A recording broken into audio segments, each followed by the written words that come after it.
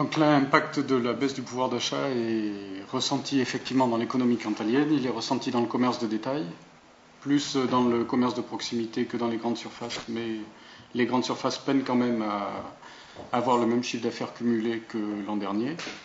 Et ces difficultés ressenties dans le commerce de détail ont également un impact dans l'industrie cantalienne. Alors cet impact est d'autant plus important que nous avons dans le département 60% des effectifs industriels qui sont employés dans des industries agroalimentaires ou dans les industries de biens de consommation. Ce pourcentage est de moins de 30% pour la région Auvergne. Donc on voit que l'économie cantalienne est très proche de la consommation en fait. Et ça se remarque donc au niveau de la consommation quotidienne des ménages, plutôt pour les industries agroalimentaires, avec une réorientation de la consommation vers les produits les moins onéreux. Donc les ménages consomment par exemple plus de porc et moins de bœuf. Et ça se matérialise aussi par des stocks qui sont actuellement un petit peu plus lourds que ce qu'ils sont habituellement à cette période de l'année dans les industries agroalimentaires. Mais ce que l'on observe surtout, c'est une grande capacité des industries locales à s'adapter à la demande et à adapter leur production à la demande des consommateurs. Et puis, ce que l'on remarque qui est aussi très important, c'est que les consommateurs restent très attachés à la qualité des produits. Et donc la baisse de consommation et donc la baisse d'activité des entreprises agroalimentaires est plutôt amortie dans le département par rapport à ce qu'on peut observer ailleurs grâce à la qualité des produits.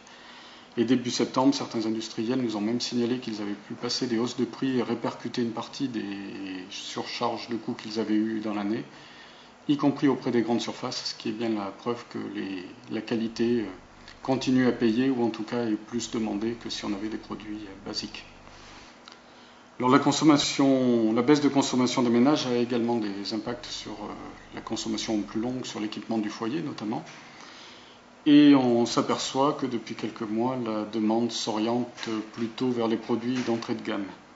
Alors c'est effectivement ou probablement un résultat de la baisse de consommation, de la baisse de pouvoir d'achat, mais ce n'est pas forcément un signe de perte de pouvoir d'achat.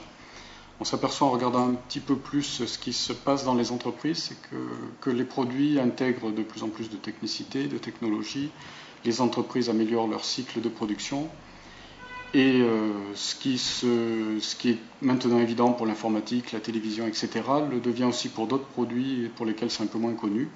Et on s'aperçoit notamment que des meubles actuellement sortent en entrée de gamme des équipements qu'il y a 3-4 ans n'étaient que dans les meubles de très haut de gamme. Donc ce n'est pas forcément un signe de perte de pouvoir d'achat que cette orientation des consommateurs vers les produits d'entrée de gamme. Et puis il y a aussi un petit effet mode qui fait que les consommateurs ont l'habitude de comparer le prix auquel ils ont acheté leurs meubles et c'est à celui qui aura fait la meilleure affaire, donc ça joue peut-être un petit peu aussi. Voilà, donc globalement un impact effectivement de la baisse du pouvoir d'achat sur la consommation, sur le chiffre d'affaires du commerce de détail et sur l'industrie du département, mais avec toujours les mêmes constantes qui sont que la qualité et l'innovation permettent de bien tirer son épingle du jeu.